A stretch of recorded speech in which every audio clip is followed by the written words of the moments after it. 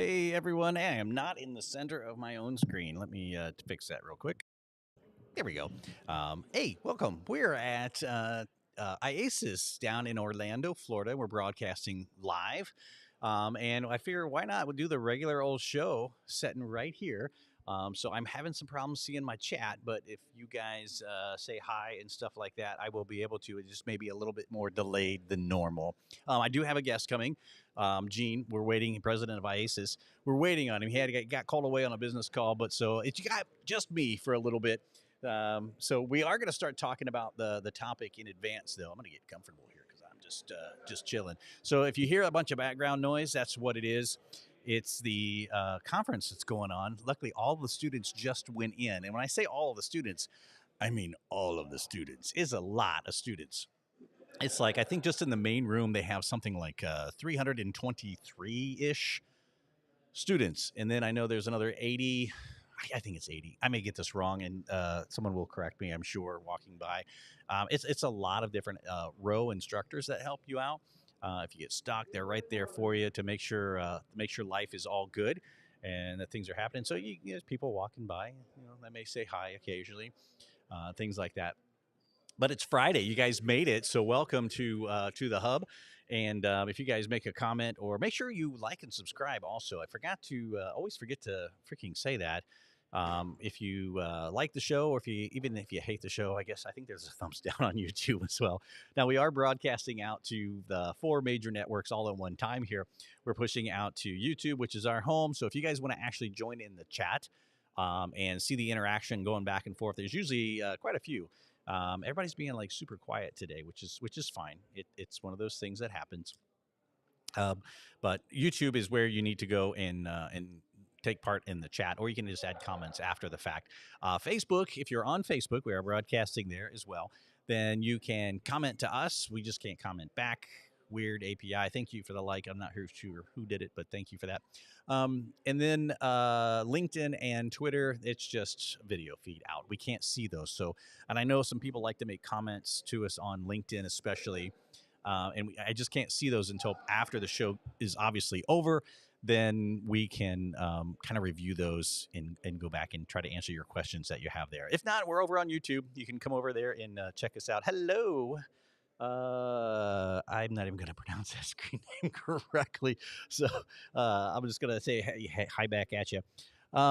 Again, we are at IACIS down in Orlando, Florida. It is their annual training event. If you guys aren't familiar with some of the awesome stuff that they do, just check them out at IACIS.com. They were awesome enough to invite us down, so we really appreciate it. Always enjoy coming down to the event down here. It's just we've been hit or miss with the weather this year, but it is hot. I'm in northern Ohio, right? I mean, you throw a stone, and I'm in Canada, right? That's how close I am to to Lake Erie, but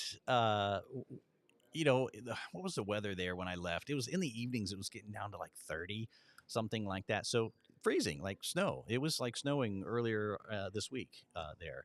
So yeah, it's cold there. And I get here, and it's funny. I get out of the car, and it's like 85 degrees. It's not even the hottest it's going to get, and I'm like dying because I haven't had time to climatize, or anything like that. I was like, oh my gosh, this is hot and humid. But the last couple of days, I've gotten a little bit used to it. It's not so bad. But there is class going on right now. So and usually they stagger it. Like the main class, again, 323. And I think there's an additional 400 students in the side classes. And that may be between the 2 weeks. I'm not sure, because this is a 2-week event. And if you're doing digital investigations, digital forensics especially, you need to be down here and taking these and get these certifications. I know I talked about it with Matt in the last show. And Gene's going to be coming here in a little while as soon as he's done with his meeting. And then we're going to be discussing a few more things. So also, hey, if you guys haven't noticed yet, if you're in Cyber Social Hub and you haven't seen the QR code in the upper, left corner, that is our trivia for this month. So actually for the month of May, believe it or not, because when we changed trivia out when we pushed the newsletter out, just so we can make an announcement. We don't want to send a separate email just to say there's new trivia up. We try to keep the emails down as best that we can, but it is up there. Don't take it right now because it is timed, right? And it is to celebrate the month of May, right? No, not Cinco de Mayo, but it's May 4th. May the 4th be with you. So we've added some Star Wars. We're big fans of that here on the show. And so it's Star Wars trivia mixed in with some digital forensic stuff as well. And a shout out over there to Amber. She can't hear me right now. Over at Parabin. See, nope, no, they can't. I don't want to yell it too loud in the hallway there because she found, I think, an issue with one of the questions that we quickly fixed. So thank her for that over there. And yeah. Anyway, make sure you guys play the trivia. It's a good time. And again, we're giving away or raffling away, and I don't have it on me. I have it over in the case, and I want to grab it.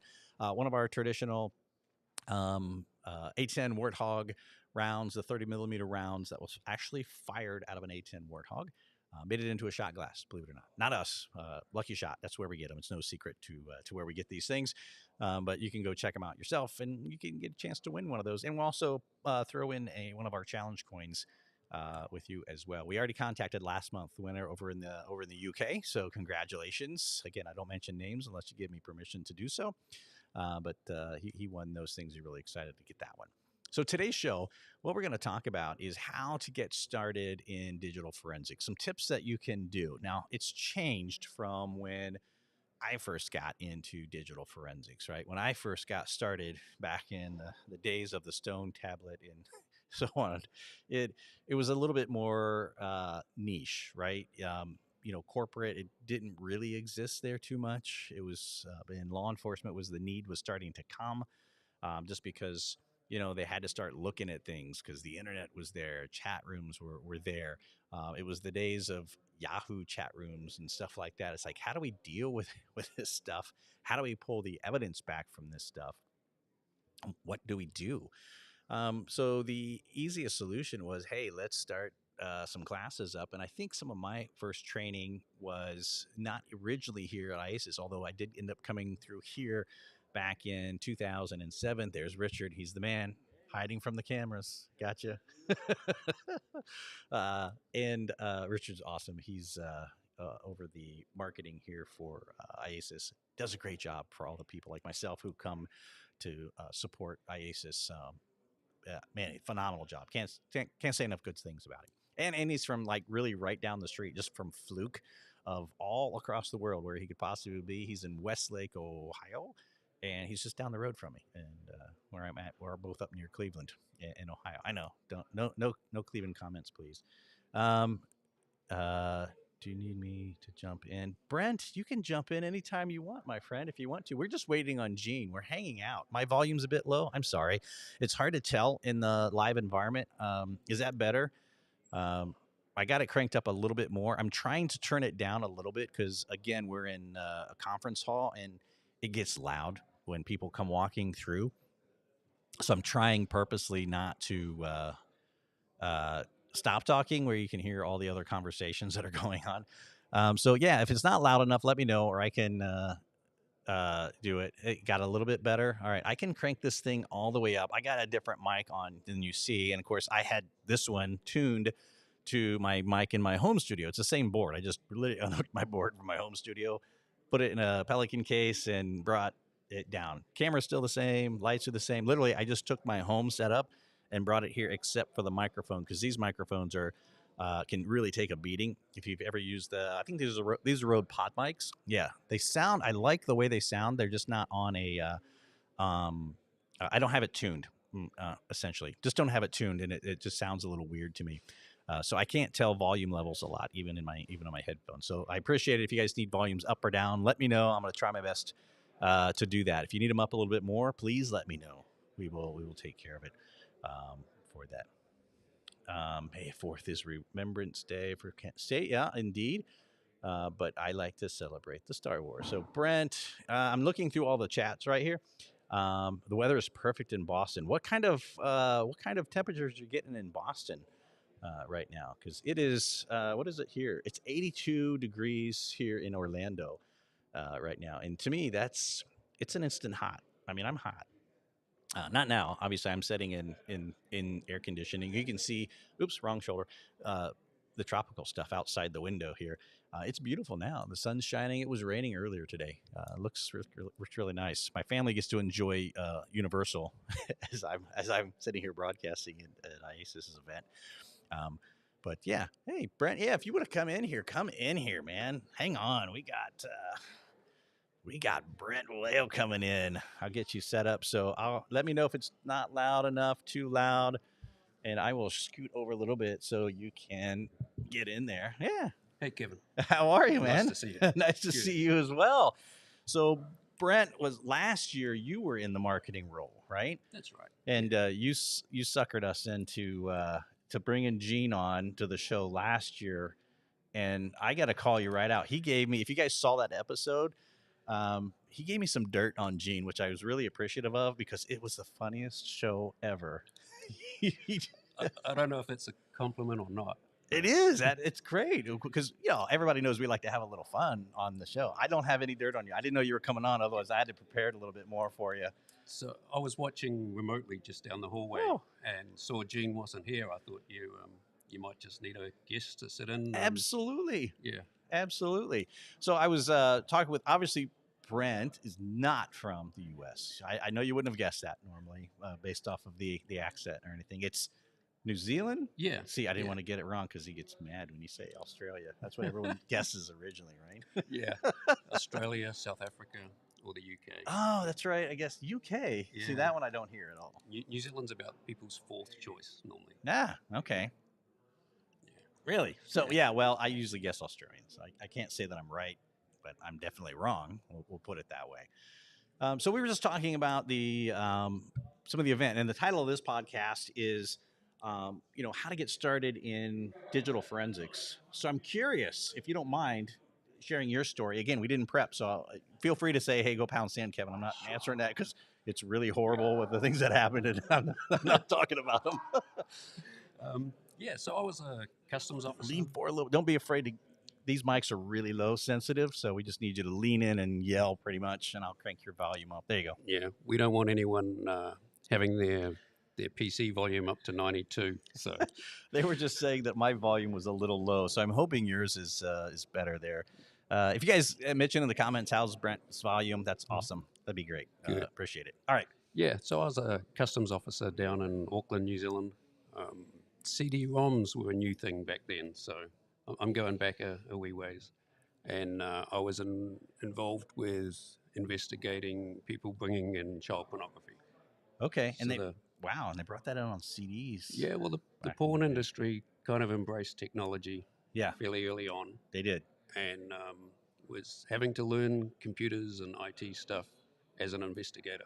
So I already had an investigation background, was already involved with writing reports, and so half of it, the investigation stuff was done, but I didn't know the IT stuff. So had some training up here in Florida in 2001. Is this the first training you came to? Is this where they sent you here? It says, hey, IACIS, go. Yeah.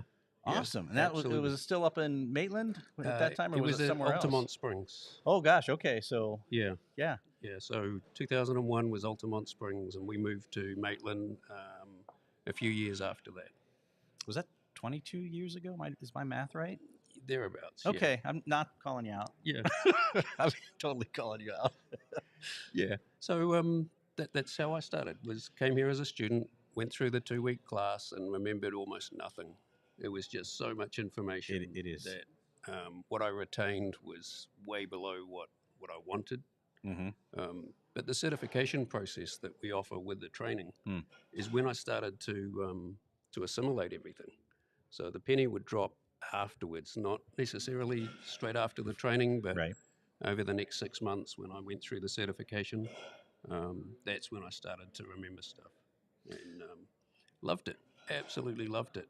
I was suddenly amongst 100-odd people that had similar experiences to what I was having in New Zealand. So investigating child pornography, which we don't call child pornography now. Right. What was it called? CSAM? Child abuse, sexual Abuse? images, or... All right. They've called it a few different names, and I can't keep track of what the obviously, codes are for it now. Pornography can be a legitimate business. So yeah, true. Child pornography makes it sound legitimate, and it's not. Right. So it's sexual abuse images. Yeah, absolutely. And Yeah, those are, man, if you guys are blessed enough never to have to do one of those investigations, consider yourself blessed, because they're horrible investigations to set through. I can't even stress that enough. So you came here, Yep. and how was the course back in the Stone Age, or back in 2001? So we had 3 students sharing one computer. So Was it one, the big white boxy yeah, monitors the big too? Okay, desktop I and the was CRT checking. monitors. Yeah, 3 of us would sit around one keyboard it's not going to stop. Just and telling take you, it's turns. still coming.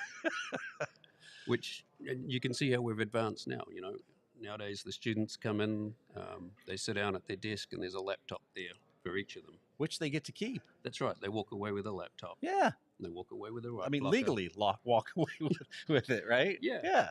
Yeah. So we were renting them for many years, and the price point between renting and just purchasing and letting the student have them was not significant enough difference to keep renting them. So the students that come here can walk away with the tools. So the laptop, the right blocker, they get software, full forensic suites of software, and they can go back to their agencies or to their home and actually conduct real forensic examinations. Yeah, and really start day one, right? Yeah. I mean, they don't have to wait on their own equipment. They have what they need, because a lot of the vendors here also, are they providing some trials and things for people to test out for the So most part? I'm calling you out on spots because we didn't prep ahead no, of time. no, we didn't prep. I smile because obviously normally from a vendor you'd get a trial piece of software, Uh-huh. but we don't work that way. Right. So what we do here at IACIS is that when a vendor wants to partner with us and sponsor our event, Mm-hmm. get their product in front of our students, we said, yeah, the trial's not really going to cut it. So the students' certification process runs for about 6 months. Mm-hmm. So that's the minimum license time we were accepting from sponsors. Oh wow. Okay. So the software the students get is at least 6 months, but like Forensic Explorer from Get Data. Mm-hmm. So the students are using that in the classroom. They can use it in their certification if they wish. That's a fully functioning 12-month license. OpenText supplying IACIS is a full 12-month license. Wow. So That's phenomenal. the price of the training here, the students get at least double, if not more.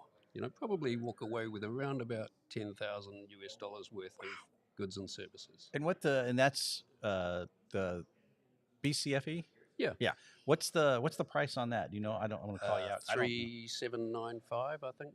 Really? Yeah. And it's a 2-week course, 2-week course. and they get all of that stuff. So they get their 2 weeks of training. Mm-hmm. They get our manual, which are 3 very thick manuals. Yeah, So I remember those manuals. I got binders. They were big binders. Yeah. Yeah. So very substantial set of white papers in there, which is a Bible to some people. Some people really love those. Oh yeah.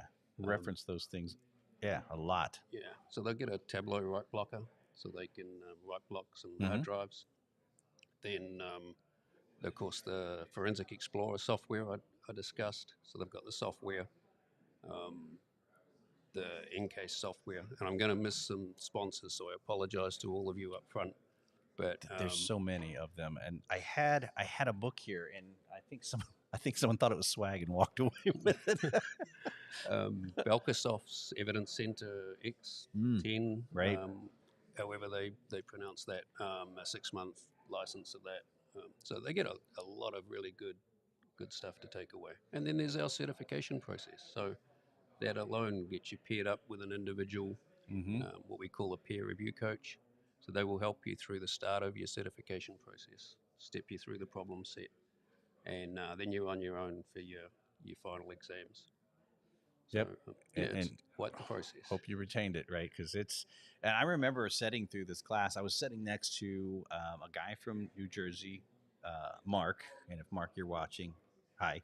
We lost contact for the last couple of years, but we stayed friends for a while. He actually came to my wedding, and I met him here. And he came in from New Jersey just to come to my wedding.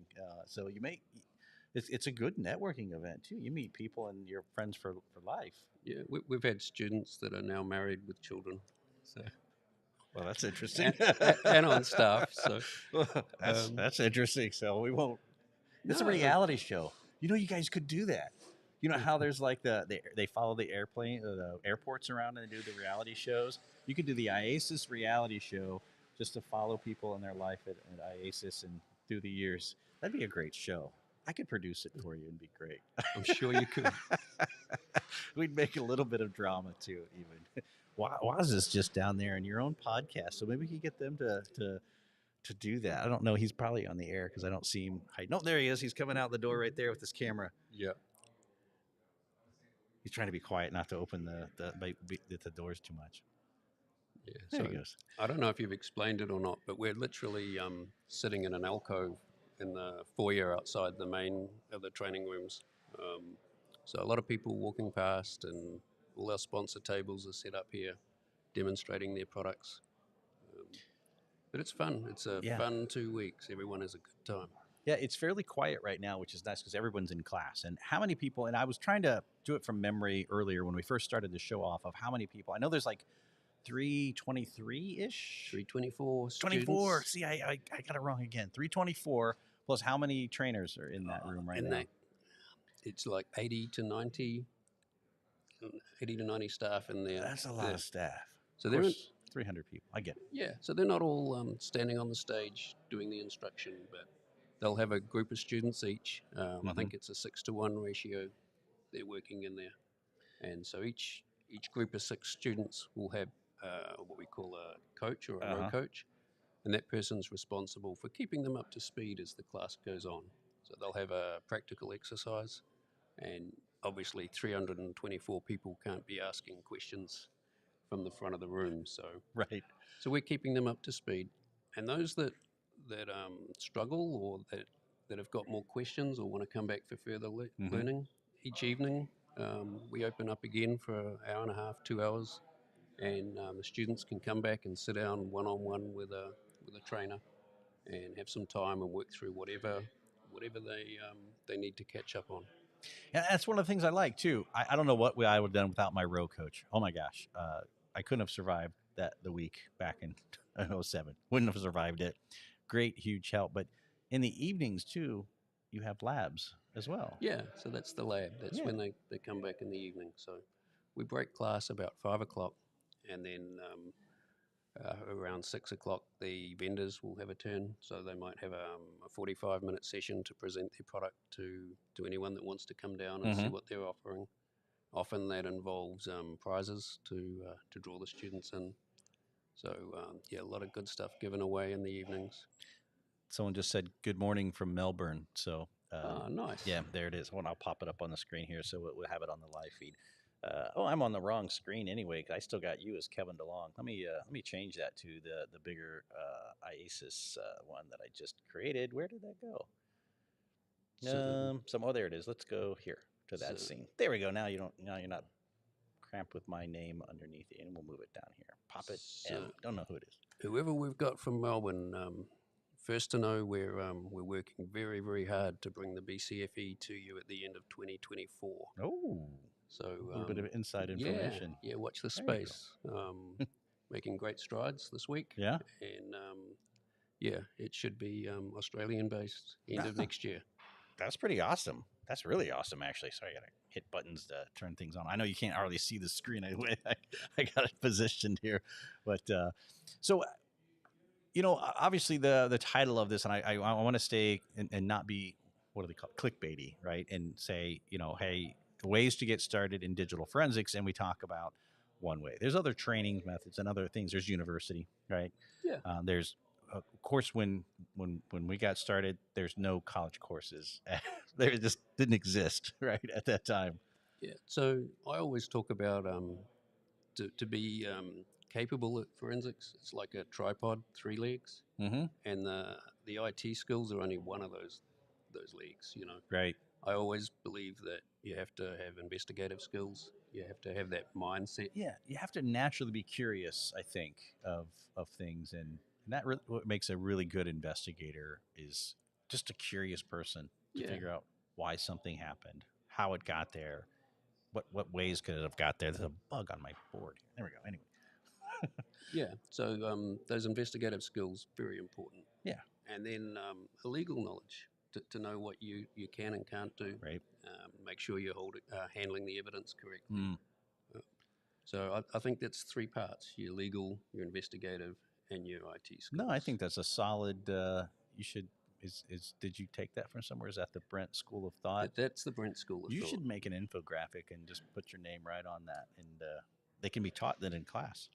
Yeah, well, it's hard because if you're learning forensics through your school program and you go to a college and you pick up some kind of qualification there, you're not necessarily going to have real life experience. So it's tough to get that start. But whatever experience you have is better than the person with no experience. So you're still on your way. But, But ultimately, I think to be really successful, you just need to get your foot in the door, get that job, and build the experience. Yeah, and hopefully, and a lot of the people, what they look for in jobs is and it's true about really all occupations, is they want experience. Which, how do you get experience if you don't have the job? And that makes it very challenging. Now, some of the ways that I know a lot of colleges have are intern opportunities through the college. I don't know if the way law enforcement is there, but in here, I ran a lab in Ohio. We'd always allow interns all the time, just because we knew that, hey, they're never going to get experience unless we let them in. Now, we didn't let them do a whole lot just because, there's a lot of real evidence going on. And then, wherever they go in life, if they get called back for a court case, and it's like, that's troublesome. I don't think we're any different to other jobs that I'd put attitude right at the top of my list of attributes. Someone with the right attitude that's really willing to learn, not concerned about doing the hard yards or the ordinary work. You've got to start doing the basics first before you do the good stuff. Absolutely.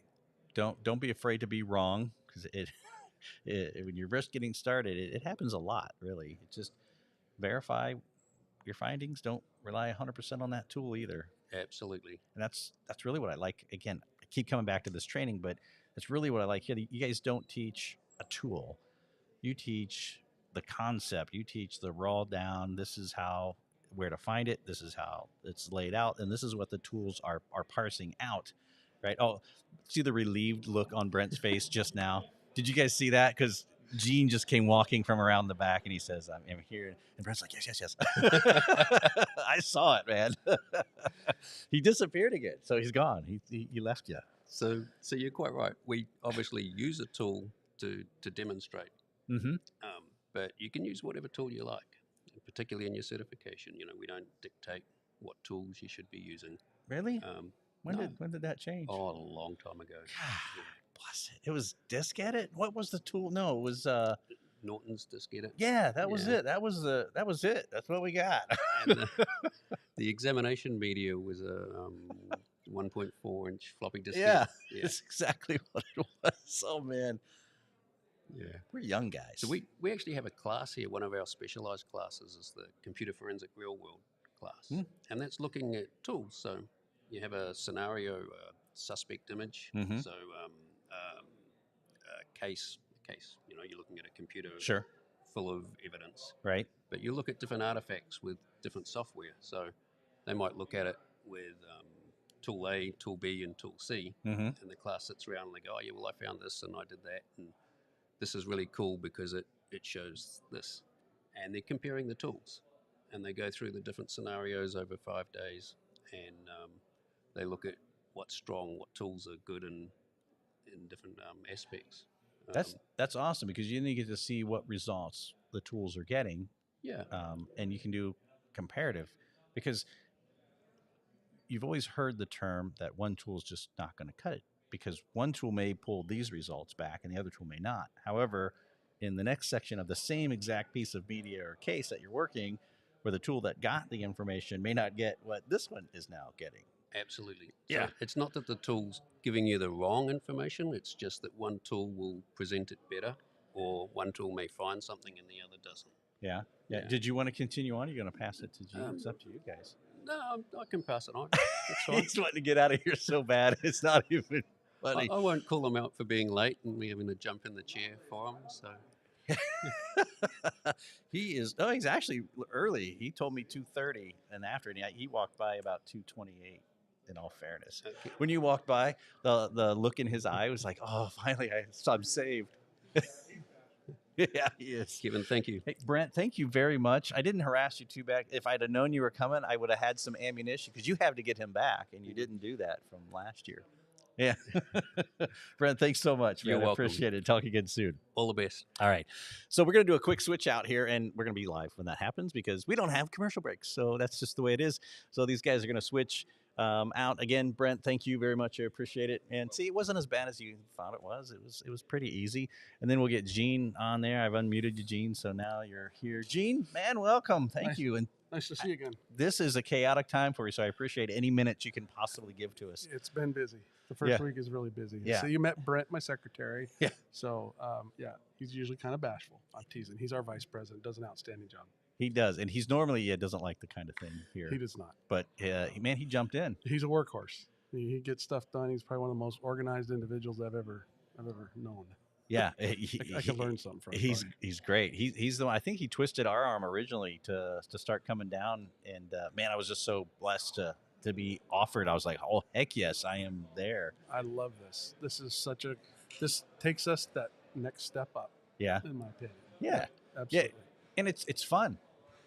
It is fun. I mean, if you're a social butterfly like me, it's fun. If you're a not a social butterfly like Brent, right, it's maybe not so fun, but it's okay. I guess we should tell people who you are if they don't know who you are. I'm sorry. We just jumped into hey, it's like Gene. Like, yeah, he's back in here again. So yeah, my name's Gene Shantz. I'm the president of IACIS, the organization. I'm sure throughout your different podcasts you've been explaining who we are and what we are. Yep, so absolutely. I don't want to regurgitate all that, but it's an amazing organization. I'm truly honored to be selected as the president and to preside over it and be the face of the organization.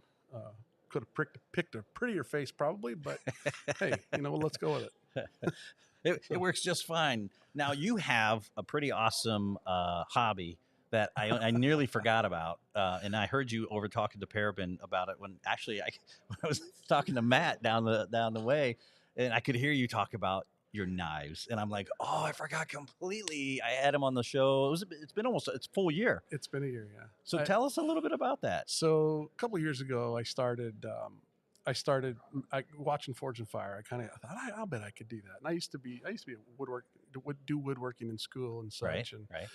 And so my son actually said, hey, Dad, I think I want to buy a forge. And I told him, you ain't buying a forge. It's going to sit in my garage and it's going to collect dust and rust and it's not going to be worth it. Well, after he moved out, I thought, you know what, maybe I'll buy a forge. And of course, that did not make my wife happy.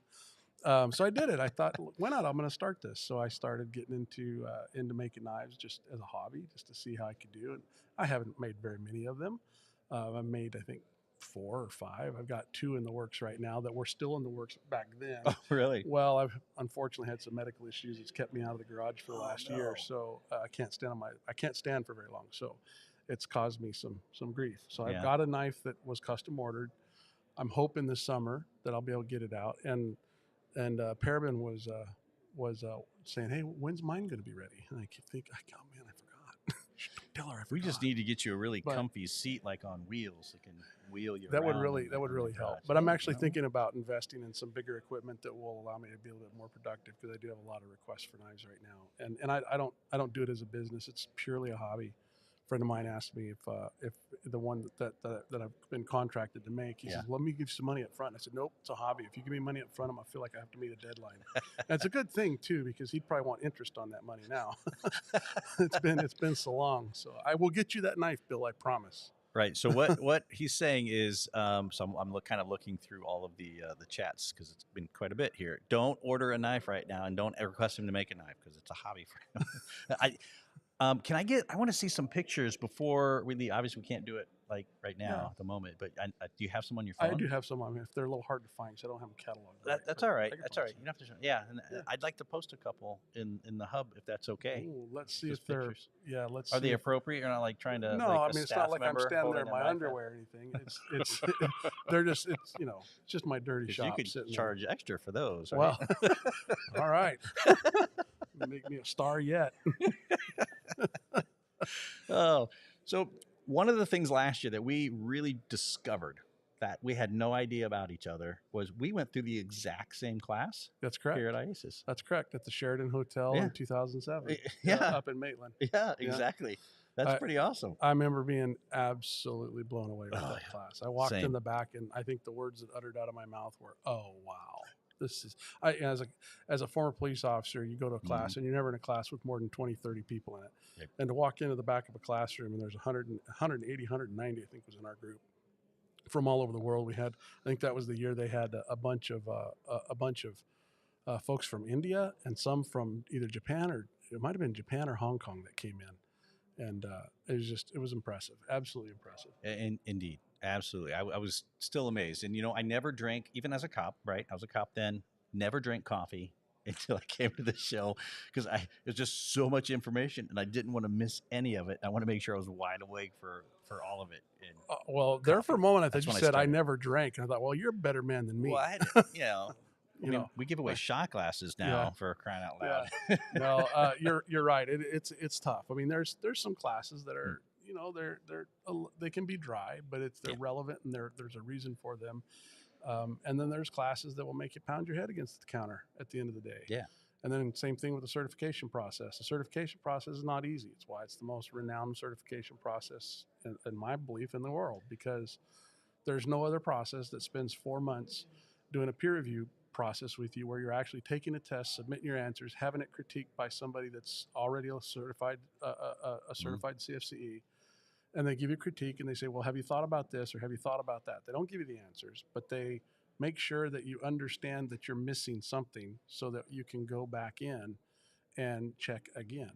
And that goes through 4 different stages. And then when they're done with that, they start the certification phase, which they have to conduct a full forensic analysis on an image provided. And then they have to sit for the final exam. And the final exam is not easy. It's 100 questions. If you're not paying attention, you're going to think it asks for something that it's not asking for. And so it's not so much gotcha questions, but it's difficult. It's a difficult test. I remember when I went through it, well, did you go through it as well? Did you actually sit for the CFC? I did go through it, and then I stopped, it was 3/4 of the way, and I just You're probably smart. I think I got all my gray hair when I submitted my test. It was an essay. The final exam used to be an essay. It was a 100 question essay. And I remember being told by others, make sure you answer every aspect of that question that you think they could possibly be looking for. And I remember the first question was something along the lines of define what the word forensic means. And I think my first answer was 4.5 pages long.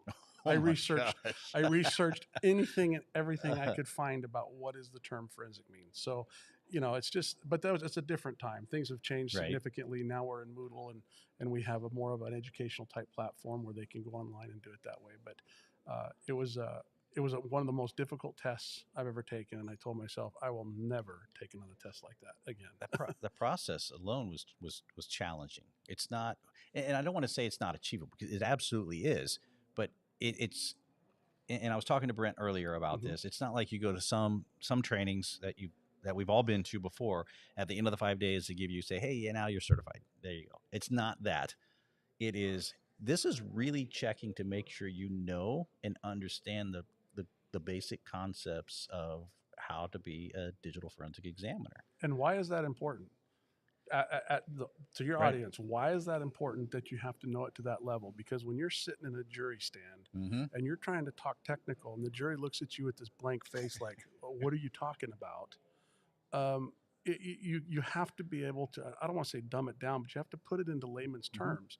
And it's really hard to put something super technical into layman's terms unless you truly understand it and can give a layman terms analogy or something like that. I think one analogy I heard from my former sergeant who was a CFCE, I watched him testify in court, and he explained to the jury the file system's like a book. You open the book and you have your appendix. Your appendix tells you where you have your appendix that lists out all the chapters, and chapters tell you, or with that, it tells you this is where the page of that chapter starts, and you can flip to that page.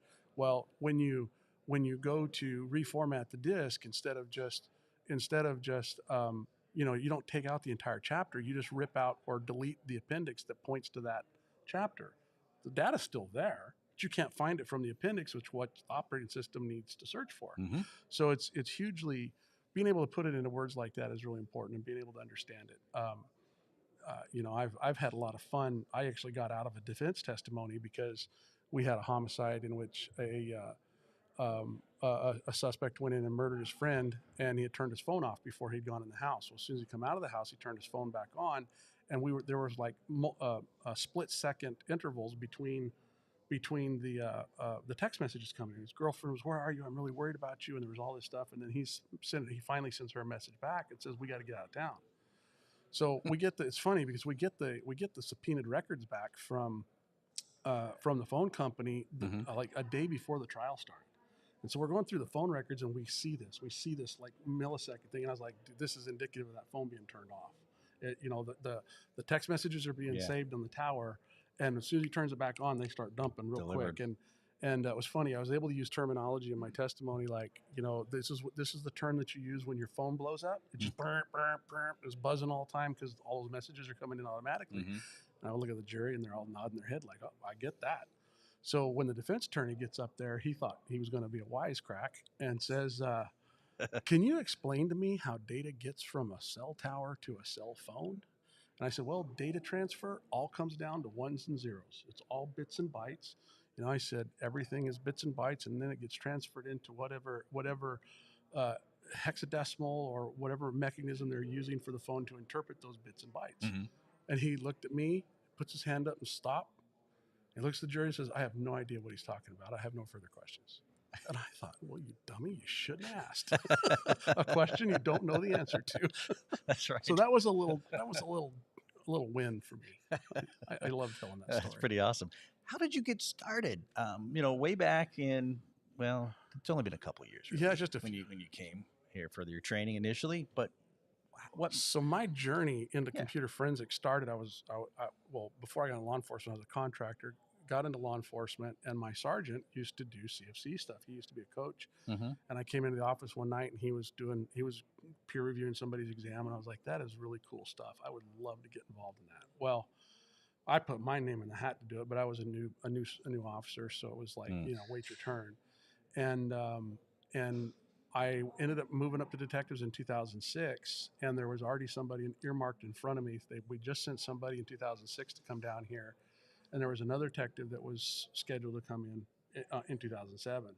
Well, that detective ended up promoting to sergeant, and I was next in line, so I had the opportunity to come down. Fortunately, I was blessed because I was able to read the 2006 books because they were all up there in our forensic lab. So I spent a lot of time reading those books and kind of getting prepared. So when I came here, I kind of knew what questions I had, what I understood, what came easy, and then what just totally confused me. So in that way, I had a leg up. As I said, when I walked in the back of that room, I was so impressed. I thought, this is an organization I need to be a part of. I want to be a part of this. And I actually attended the business meeting, which we don't get a lot of brand new people to come in and attend the business meeting. And of course, that was way back when there was other issues going on. And it's funny because somebody come up to me because I made a comment during the business meeting. Somebody come up to me and goes, "You are a future board member." And I was like, "You are out of your mind." Yeah. No thanks. And little did I know. But then I was actually asked to fill a vacancy on the board. Excuse me, let me step back. 2009, I began being a CFC coach or a peer review coach. And then I was invited to come down on staff. And I developed a bunch of, I think that year I developed 4 training modules and actually taught 4 training modules. And I loved it. I was a blast. I had so much fun doing it.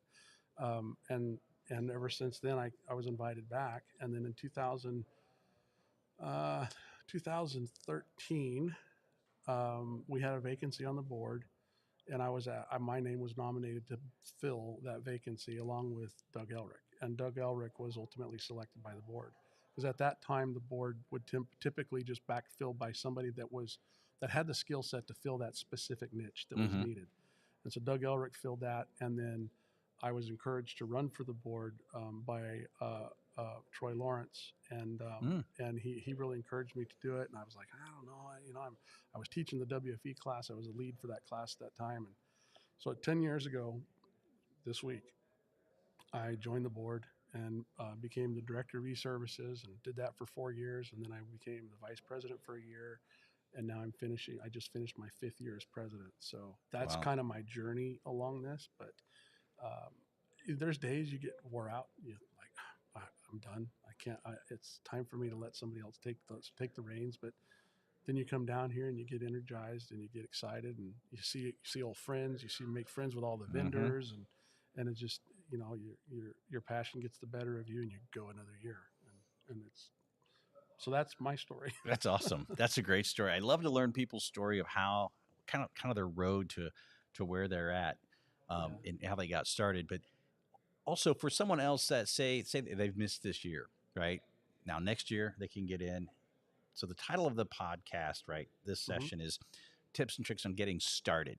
We always recommend IACIS somewhere. It may not be the first step in your journey, but it should be in the first year to 2 years of your journey, hopefully, because of the certification. That's really the gold standard of certifications, in my opinion. Again, in this, we have the same opinion on that. But how else would someone get started in this crazy thing that we do called digital investigations? Well, it's interesting you bring that up because there's actually a huge shortage of digital friends. We have a little party going on over there. Yeah. Actually, Some hecklers. There's a lot of different avenues to get into digital forensics, and there's a huge shortage of forensic practitioners, both on the government side and on the corporate side. Right. And the corporate side, forensics, you know, incident response, internal digital forensics is blowing up. I mean, these big companies, a lot of them all have their own internal team, their internal DF team or incident team that does their rundown. I worked for a consulting company after I left law enforcement, and so I'm the firefighter that goes out and puts out the fires along with my team. Right. But to answer your question about how can you get into it, there's universities are now putting on a lot of programs where you can get started. If you're just out of high school and you're interested in this, you can go to a community college and start taking scripting classes or Cisco Network Academy was a good one. That was actually a class I took after I took the CFCE because it really helped me understand networks better. You got the university avenue, right? You've got educational avenues. You've got there's a lot of online classes that you can take. And there's I would caution you about YouTube. There's a lot of dumb stuff on YouTube. I've seen a few YouTube programs that are actually popular, and you're watching the guy and you're like, you don't know a dang thing about what you're talking about. So be careful with YouTube. But there's a lot of there's a lot of good books out there. Brian Carrier writes a book about file systems, which is amazing. I believe I'm trying to think of a couple of the other ones. Well, one of our own directors a couple of years ago wrote a book on the basics of computer forensics. I wish I had the title in my head, but it's an outstanding book. I bought it for my son. We'll find it and put it down in the show notes after this, after it goes live. So I'll dig around for it. I have not read it myself, but I've seen the reviews on it, and I thought I got to get this for my son. So I bought it for my son because I wanted to see if he had an interest in it, if this struck a chord with him, and it didn't. He's like, I have no desire to do that. But funny enough, my other kid does. Yeah. So he is now going through Champlain University for a network forensics degree. We're trying to We're trying to get him into incident response. So, but IACIS, don't be intimidated by IACIS either. We're actually talking. We're in talks right now about maybe doing an introductory course, a 1-week introductory course for folks that I know how to turn a computer on, but that's about it. And I can move my mouse and I can open an application, but I really don't know anything about. I don't know anything about what's about it. So there's some talks about maybe doing that and combining it with like a first responders course for officers that go in, that are in the field, and they get called to a child exploitation case, and they have to do a preview on site, that they can do that preview without stepping or walking on the evidence before it's seized and collected. Right. They can look at it and go, okay, based on my knowledge and experience and what I'm seeing on there, this item has contraband and needs to be seized to gather for a search warrant. So there's some benefits there. But that being said, don't be intimidated by the BCFE program or IACIS, because we do take and cater to those folks that come in and they go, I know how to turn a computer on, I know how to use applications, but that's really all I know about it. Right. And some of those folks, it's tough. It can be a struggle for them. But when I was teaching in the BCFE, one of my favorite things was usually in week 1, day 3, day 4, you'd start to see the lights come on, and that to me is extremely rewarding. Yeah. So. Yeah, and that's important. I guess we were kind of stressing that it's the gold standard, which you are the gold standard, and if it's something you really enjoy, you'll know it right away. it's something that you enjoy and you're looking through, finding the evidence, finding that information, you're just going to have a passion for it no matter what you learn. And anything that, and just again, this 100% my opinion, anything that you want to pursue in life, it's got to be a challenge. You got to challenge yourself a little bit to be outside of your comfort zone. That's really where you get that ultimate satisfaction. And that was part of my road in digital forensics. I like technology, but forensics was something different to me. And man, as soon as I found it, though, I liked it and challenged myself every day to learn something new. And man, here we both sit, which is great. You know what? I think I told you this on our last podcast. The door to the world that was open to me through IACIS is amazing. Yeah. I'm in a career that I never in my life thought I would be in. I thought I was going to retire as a police officer, and then go back to doing my construction or whatever. But when I got into this career and realized, wow, there's a future here, it opened a door for me that has allowed me to have a career path that is, I don't want to say lucrative, but it's just an amazing opportunity to go, walk into a C-suite and into a boardroom from a Fortune 500 company and debrief a bunch of C-level execs, and they're looking at you like, okay, you're the forensic god. Tell us what happened. And it's just really cool. It's a neat experience. So yeah, absolutely. It's phenomenal. And I want to hit on something else too, real quick, because we really been focused on the basic class, which is literally, I mean, for those of you, I've talked in earlier podcasts, if you didn't, it's literally across us, maybe 20, 30 feet, the doors to it. And I posted some pictures in case you want to see when all the students left for lunch. I walked in there and took a panoramic view of it. You can just see how massive this room is. It's on the hub. If you guys go into Cyber Social, you'll see it right there. And I know your Twitter channel for sure at IACIS. If you've not found that yet, you can follow those guys over there, and they have a bunch of pictures from the event as well. Yeah, we have a social media subcommittee under marketing that have done an outstanding job of keeping all that stuff updated and fresh. I noticed this year it's on. I like it. It's kudos to Rich Johnson, our marketing director. He's done a phenomenal job this year. I mean, I've seen more vendors this year than I've seen in previous years, and on behalf of our organization, really appreciate our vendors. A lot of them give us a lot of really cool gimmies. They give our students software. A couple vendors give our software away for a full year to both staff and students. So that's amazing when you're talking about a full forensic suite. When you're talking about a full forensic suite that costs several $1,000s, and you're talking about giving that out to 500 some odd students plus staff, that's a huge donation. I'm going to lean in a little bit towards the mic because the doors literally just opened because they're on break. They're on break. It's going to get really loud out here. So. And what I wanted to touch on was we've been focused a lot on the basic classes, but then you guys got these hallways down along the sides, stuff going on down there, the more advanced courses, which I didn't even talk about yet. That's tell correct. me about those a little bit. Mark Baker posing for pictures. You didn't do the whole hip sideways. So we have 8 rooms off to the left, off to my right. I think I know my left from my right. Off to my right, and one of them is our staff break room. But we have 2 classes that are taking up 2 of the rooms. One is our Cypher class, which is the incident response class that Randy Stone would developed 10 years ago, and it's becoming one of our more popular classes, especially with the corporate. We actually have, I think, 5 countries that are in that class. We've got Koreans in there. I don't know them off the top of my head, but there's a bunch of countries that are in that class.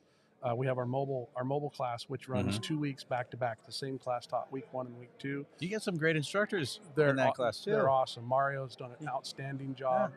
Zhang Young, Geraldine Belay, and Heather, I believe, is the other one. And I'm sorry, Heather Carpenter. I got it.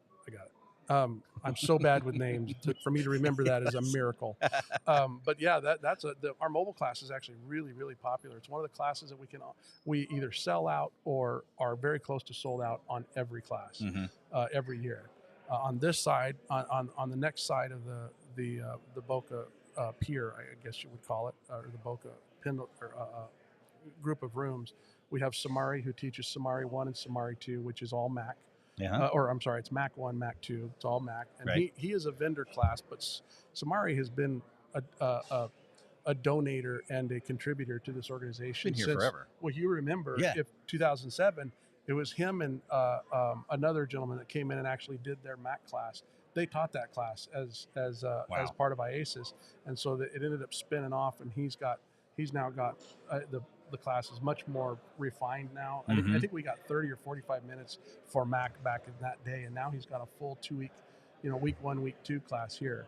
And then next to them, we have a new class, which is a scripting class that happened this week. Or it just concluded this week. It's our first time presenting scripting for forensics, where they go through Python, Ruby, and all these different languages that you can use for scripting for forensics to make your data analytics processing more efficient. Right. And I heard great reviews. I talked to a gentleman that was in there today, absolutely amazed with the class and so on. And then the next one over is our real world forensics. And so that's that group there. Then down on the other end, it feels like a mile walk. It is. Especially it's when really you're long. When you're old like me, it's like forever down there. I have to take I got to pack a lunch to go down that side. But we have several classes there. We have our open source intelligence class. This is the first time we've taught that class down there. We have a couple vendors classes. Celebrite's teaching a class down there. Medex was teaching a class down there. And we have our PLA, which is our lab accreditation class. And then we have our lab management class that will all be taught down there. And then starting next week, we're going to have a RAM class, and we have our first ever prosecutorial class. Didn't get a lot of traction with students, but they decided to put it on anyway as a loss leader because we feel like it will help get the word out and it will become popular. Basically, it's a class taught by one of our staff who was a former law enforcement officer, became a lawyer, and feels like that this class would really help prosecutors understand the lingo to where they're asking the right questions, especially of defense experts. So For sure. It ought to be an interesting class, and I really hope to see it succeed and get some traction. I think it will. I think what's word catches on about it, because I mean, what doesn't have technology involved, and prosecutors need to understand that. And what better way to do it than come here and do that? Going back to the courtroom testimony, one of the most frustrating cases I ever had. I had a case where a guy was involved with the exploitation of his daughter. She was a minor, but she was an older minor and a consensual partner in this whole thing. And so when we prosecuted them, I laid it all out as basic as I could. And it was, he waived his right to a jury trial, or he pled guilty, waived his right to a trial, and just went to sentencing. And the prosecutor asked me to explain everything so that the judge would give him the sentence the state was asking for. And after 4 hours of testimony, I'm watching the judge reading the paper while he was up there, and he goes, I don't understand anything he just said. And he goes, way too complex for me. I'm giving him this, this, and this. And it was just like, because you don't know your head from a hole in the ground. It was very frustrating. So this is hopefully the step in that direction. I know that the U.S. Secret Service, NCFI, teaches a prosecutorial class or an attorney class that's geared towards this. So hopefully this will be a nice compliment for those that don't get selected to go to NCFI. In Orlando versus Hoover, Alabama. I mean, I'll take Orlando every day of the week. Absolutely. I did 9 weeks in Hoover. Yeah. Had a lot of fun, but it's I used to teach down there. That was a good time down there. But yeah, I mean, if you have a choice, because you got SeaWorld, you got Universal, you got Disney, and weekends off for the most part. There's some things that go on here, right? Now I'm going to throw a shameless plug in. We also have, this time first ever, our chairman of the board actually had a concept, and we're going to put it into effect this year. And it's our night with the professionals. I don't know if that's the right title for it, but we're basically having a subject matter expert night on Sunday night. It starts at 7 p.m. Right. Starts at 7 p.m. and goes until 9, and then we're going to have a networking session afterwards. But it's all about mobile forensics. We're bringing in Lee Reber, Heather Malik, if I'm pronouncing her name correctly. Mahalik. Thank you. Heather Mahalik, and then Geraldine Belay, I believe, and Mario are also going to be in there. That's awesome. And I can't remember if there was another expert involved in that as well, but if there is and I've missed your name, I apologize. This is off the cuff. But we're really excited to see how it goes. We've got about 80 people have signed up, but if you're at the event and you're watching this, you do not necessarily have to sign up. But if you do sign up, you'll get a 2-hour CPE credit that you can use towards other stuff, which is or for any other, like, SANS requires so many CPE credits in order to get recertified. For sure. So, I'm moving away from the mic. Sorry about that. No, yeah, we got to come in close. You can hear them start to call the basic class back in. It's like herding a really large group of cattle, man. It's just massive. They do a phenomenal job, because I know just when I was teaching small groups of 20 working for a company, getting them to come back in from break was a challenge. You guys managed to get 320 some people in and out with like efficiency. It's amazing. The catch is there's a door prize given at the end of each break, and if you're not in there, you don't get it. And the term "rip it" becomes really popular here. If they call the number and that person doesn't answer up right away, the term "rip it" starts echoing through the halls. And then is that how that works? Yeah, it's the way it used to work. I think it's still in there. I haven't been able to spend much time in that room this week, which is disappointing. But yeah, no, these guys, it's a great group, and of course we're teaching primarily law enforcement from around the country and the world. And I think this year our staff represents 11 countries. Wow. And our students across the gamut of all of our classes that are being taught represents 20 countries. So we are absolutely growing and becoming more and more international. Not that we were less international before, but it's nice to see that the country counts are continuing to climb. Yeah, it's amazing. Yeah, because I've noticed just the students. I'm sorry, I'm trying to scroll to see that's what okay. questions I was trying as to well. see yours as well. I'm trying to see the questions that have come in. Get him off the Jason air. from Samuri was saying thank you when you were talking about Samuri. And I know there was some of these that were coming in when Brent was sitting here as well. I want to make sure there's no questions. If you do have a question for Gene, please go ahead and ask it. I know we're about a 5 to 10 second delay here, so we'll wait a few seconds yet as well. Yeah, please ask me lots of questions. I have a board meeting I have to go into, and I'd rather answer questions. It's a great excuse, because you can say, I was live. I couldn't just walk away. Walk away. And they can watch down there. I mean, they know where it's at. Yeah, we've got like I said, we got a lot of different vendors here, and it's really neat. One vendor that was here earlier this week, Open Text. I got an opportunity to meet the vice president along with the director of sales, and we've been courting those guys for a couple of years now, and they come back. They used to be a huge sponsor back when they were guidance software, and I got to talk with Anthony, their VP. And he was absolutely impressed. He said, "This is so amazing." He says, "I told RCA I wasn't coming because I was going to IACIS, because RCA, I think, conflicts with us right now." And so that to me was a huge thing, because RCA is it's a big event, and there's lots of vendors that like to go to that. But we have some very loyal vendors that come and support us here, and it's incredibly grateful and for what they do for us as an organization, but also for our students to be able to go back to their labs and have something tangible in their hands that they can start work with right away. Yeah, and I'm trying to read this. You're not going to fit me. Keep looking. There's some questions here. I want to make sure I'm understanding. Hey, it's Op Midwest. If you could clarify, you mentioned something about push button forensics earlier, and something about pulling back the curtain. My brain is on full conference mode, so I'm not grasping it. So I think I know what he's Gene talking already about. Has some push button forensics is going to be the death of a forensicator to get you bit on a stand. If all you can do is push the button and all of a sudden all the answers pop up and you go testify in court, how'd you find that? And you cannot explain how that information was identified and all the technical nuances behind it. If you're relying solely on your tool to find it, you're going to get bit. There is we teach tool agnostics. We think that if you're going to test your tool, if I want to use X-Ways Forensics as my primary platform, and I want to know X-Ways Forensics is correctly hashing a file, then I'm going to take that file and I'm going to drop it into another tool and I'm going to hash the file. I want to make sure I'm getting the same file. I'm going to drop that same same file into another tool and hash that file to make sure I've got consistency across my tools and I know it's doing that correctly.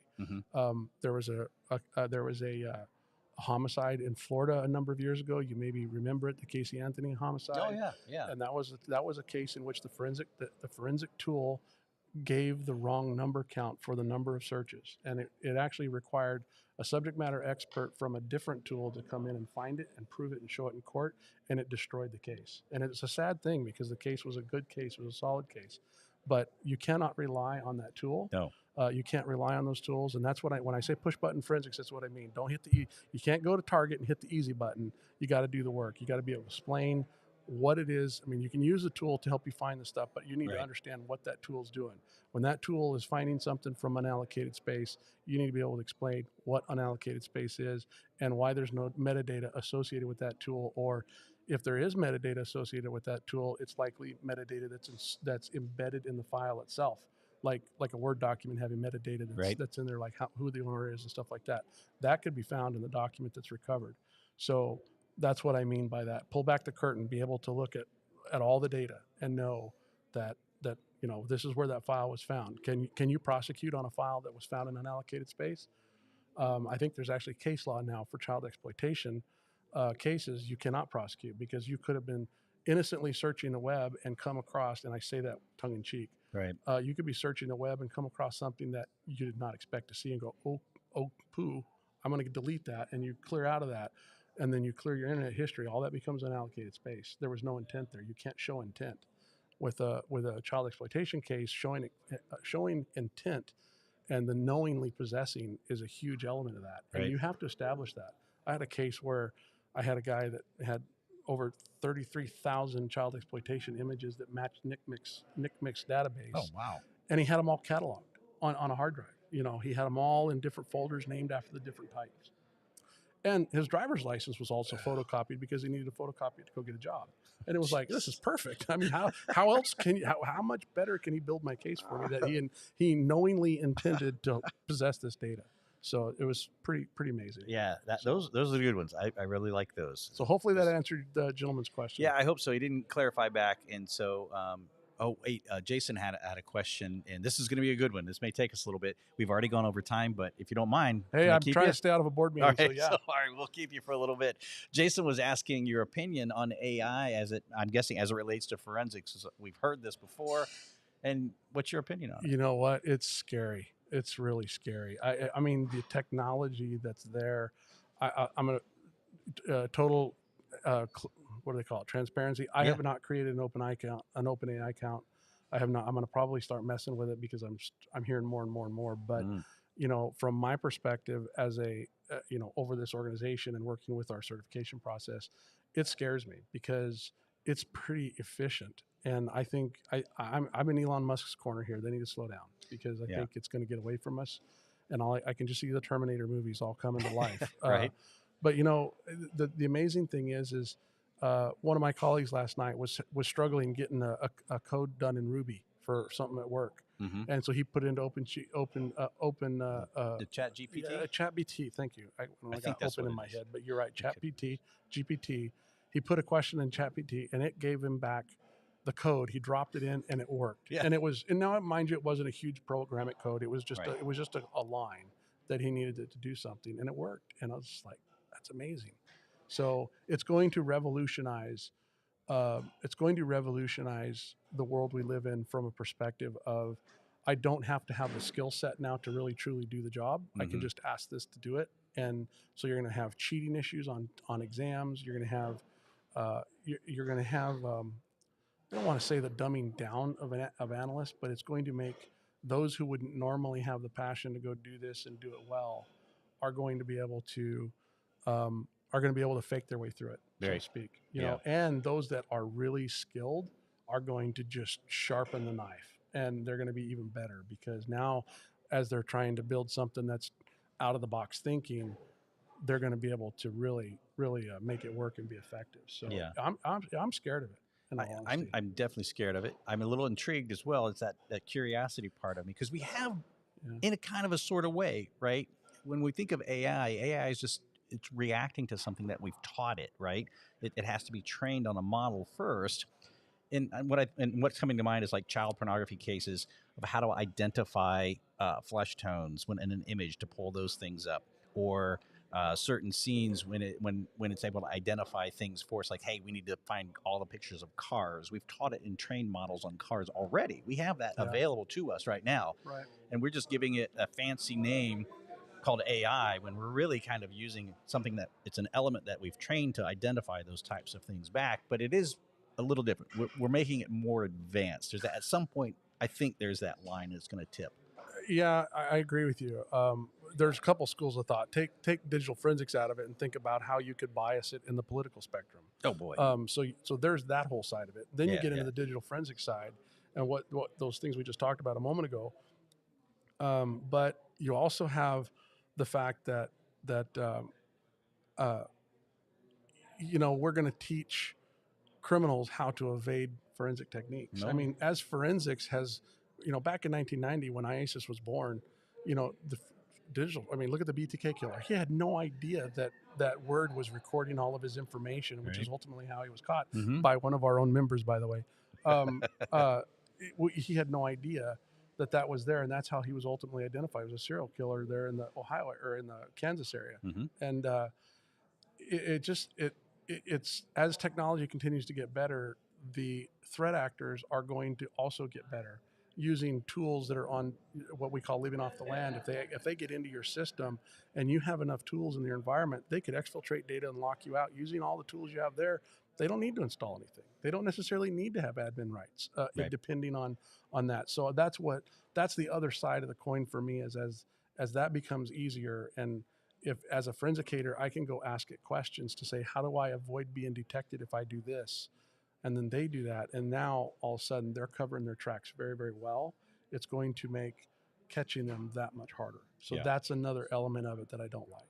Yeah, and that is challenging, keeping the knowledge of what we do or the results that we're looking at out of the hands is difficult, because it's just like anything else. It's like, years ago I remember they were looking at instructions on how to build a bomb. Were out there, and everyone was freaking. It's just the flow of information has become so great now that you can learn just about anything, including the techniques we use to kind of find you. So I get your concern. 100%. I would be curious to know, and I don't know this at all, but I would be curious to know if that company logs the people that are asking what questions, or the accounts that are asking what questions. So that could become a law enforcement tool for the FBI, Homeland Security, things like that. If you have a foreign agent, trying to figure out what's the best way to get into this building, and it spits out the plans for you. Oh gosh, that's insane. I mean, so, but it would be nice if it could be at least if it's going to continue on, there's some kind of investigative tool that law enforcement can pull from.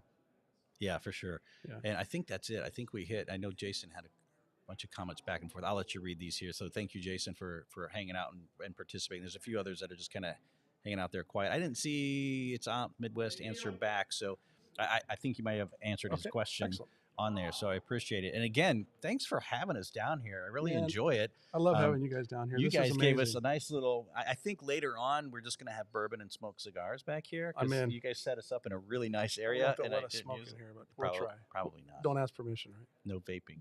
It's not the same. Anyway. Yeah, it ain't the same. No. Gene, thanks so much again. I appreciate it. And guys, thank you. We're going to be going live randomly throughout the event. We're here until Monday night.